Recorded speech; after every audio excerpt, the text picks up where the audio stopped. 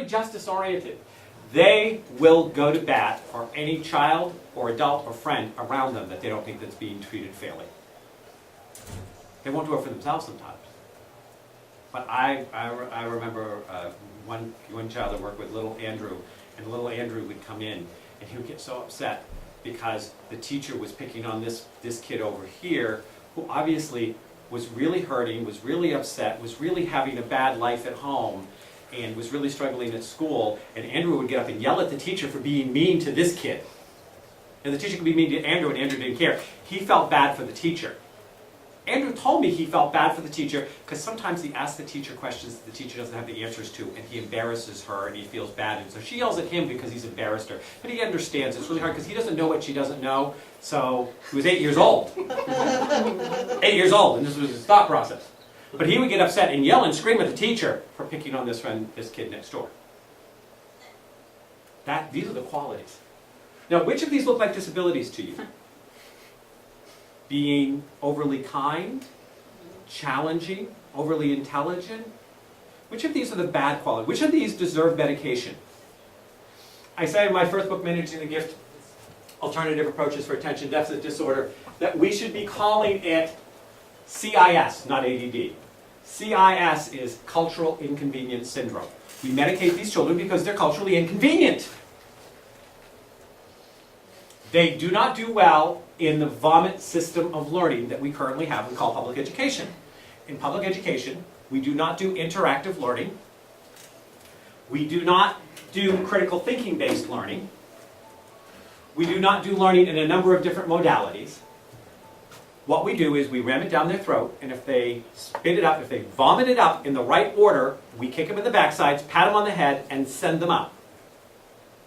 If they don't, we punish them because they didn't follow our rules. So, they're culturally inconvenient. And they're holding us accountable for our crap until we medicate them enough that they can't ask, until they can't point it out, until we can feel like we are good parents or we are good providers for them. And we do this to adults too. I keep on saying children, and I know that at least one person here is like, now this isn't going to be all about children, is it? Except for the fact that you will always be a child, so because you're ADD. No, it's not all about children. Because the same thing happens in the workplace. You go work for an employer, and you can be the most brilliantly insightful, problem-solving, do everything, and yet the employer is going to ding you because you really can't get there at 8 o'clock in the morning. You get there at 9 or 9:15, and you may work till 9 at night because once you're in a creative or a brilliant flow or a problem-solving flow, you can't even recognize time. You may do more work in one day than anybody else did in a week, but then the rest of the week, you've shot your load and your head's everywhere else because you've got all this stuff going on in the back of your head, and your employer doesn't know what to do. And they're getting better because they're recognizing the resource, but for the poor adult, it's a way in which, unfortunately, control freaks rise to middle management. Control freaks rise to middle management, and sometimes the only power they have is that when they know that you're brighter than they are, you're more gifted than they are, you're more talented than they are, is to hold you accountable and beat you over the head for every little picky indiscretion that really doesn't make up for a hill of beans in the scheme of things. Here's a brilliant thing, it just made the company $1 million. You were 15 minutes late, you're fired. Which part of that reality did I miss? You don't think that happens? It happens. It really does happen. So, keep this in mind. One of the reasons, and I have one more thing to say about this, and then I'm going to go into some of the things to help manage it. Just to highlight, you have to understand, I do 8-hour workshops on things to manage it. I've done weekends on things how to manage it. I've got books coming out. So I'm going to give you a few easy things to keep in mind, because I want you to walk out here with some tools and skill sets. But the one last thing that I really want to get across here, because this is a huge shift, and I have been on radio shows, TV shows.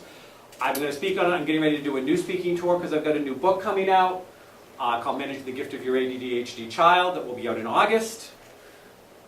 And when people say, if there's one thing you want the audience to remember, what would it be? And it is always this thing.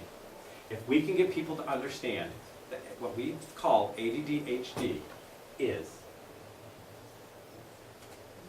an evolutionary process. It is an evolutionary process. It has been coming in since the 1850s. They were the architects of the 20th century. They will definitely be the architects and implementers of the 21st century. They gave us telephone, telegraph. They gave us the automobile. They gave us computers, the media capacities we have today. They gave us internet. Internet is the dream of the ADD, ADHD mind, because it's nonstop 24-hour information. People like Alexander Graham Bell, never graduated high school, considered the village idiot. If we'd medicated him, we'd still be talking with 2 tin cans and a piece of string. Okay. I know you want to, don't you feel this could apply to Asperger's too? Asperger's, I have not, third time, 10 days, people want me to get into Asperger's and into autism. And I think, and I've stayed pretty focused on the ADD, ADHD. I will tell you that last weekend, last weekend, the weekend before, time goes by fast, I was in San Francisco for 5 days for some meetings and doing some things. I had this very high-level woman who does a lot of good stuff, who's in her 60s, and she has Asperger's. She's high-functioning Asperger's. I had actually never sat with somebody with Asperger's, and we're sitting, it was midnight in the lobby of my timeshare in downtown San Francisco, drinking coffee, and she said, "What can you tell me about Asperger's?" And I got a whole bunch of information for her because she asked the question and she was sitting in front of me. And that, again, there are things that can shift within Asperger's, as I saw her, that I said, oh, yes, there are 5 or 10 things I could have you do that would take away those part of Asperger's that get in the way of your living and help you show those part of Asperger's that really is another version of almost the idiot savant. Because ADD, ADHD. But that's been my really only, I've kind of dodged the Asperger's and the autism stuff because I keep on getting my petition refused. Every week I do a petition to God, can you give me one extra Thursday this week? Just one extra Thursday. Forget it. One extra whole Thursday. I'll live Thursday twice, not like Groundhog Day. I do one thing with one Thursday and then do a whole other thing with the second Thursday. I can get to like autism and Asperger's and maybe I can get to this. If you give me a Thursday and a Wednesday, I can add this to my plate. So I haven't spent a lot of time, but I wouldn't disagree with that. When I say managing the gift, and I say managing the gift of ADHD, and this is the difference, and because you brought that up, I am going to do a little bit of, unfortunately we don't have it here, we moved out of the way, it didn't look good, but I do have a soapbox I get up on. There, I'm on my soapbox. Is when my first book came out, and actually it came out late 2000, and then we did a major release on it in 2001. Unfortunately, it was 10 days before before 9/11. So everything we did kind of got blown away, so to speak. It got lost. Now, couple of the hottest books out on ADD right now are now saying that maybe some of the things I said in 2000 are probably true. Now, they don't quote me, and they don't like me because I have a very alternative approach to it, and they're not ready to go as far as I go.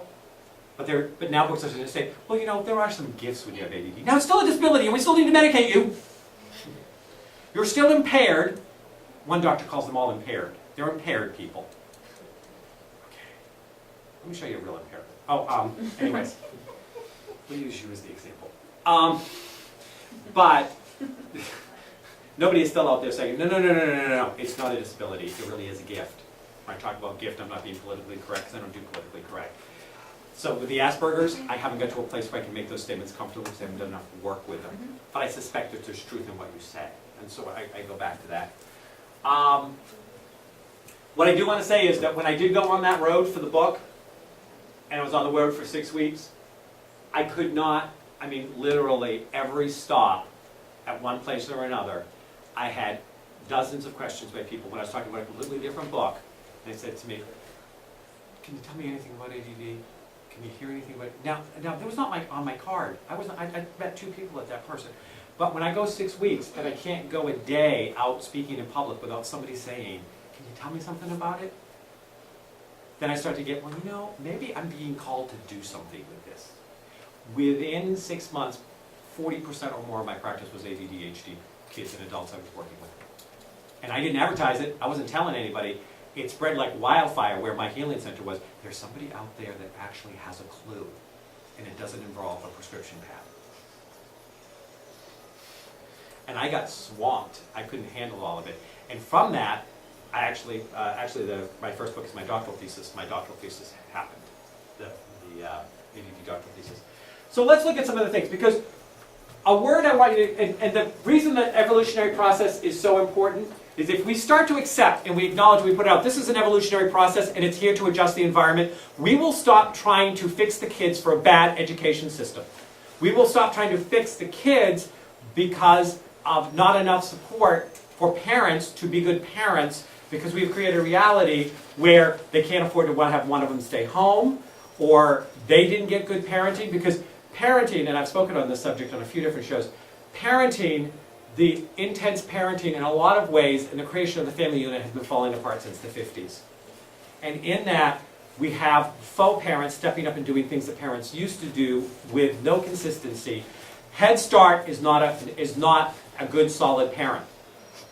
Daycare is not a good, solid parent. Okay? And when we decided that we wanted to kick the senior citizens out of our family life because we didn't like the idea that they told us we were going to get old and we were going to get ugly, and we let media decide that anybody that was over the age of 25 was over the hill, and anybody that was within 5 pounds of the correct weight was fat, and that and we bought into all of this media crap about who we should look at. We got rid of our elders, so now we didn't have elders who could come and say, if you both have to work, I'll come and stay. I had a niece born recently. She's actually over a year old now. The two grandmothers arranged their work schedule, so one's with her 3 days a week, one's with her 2 days a week. That's how it should work.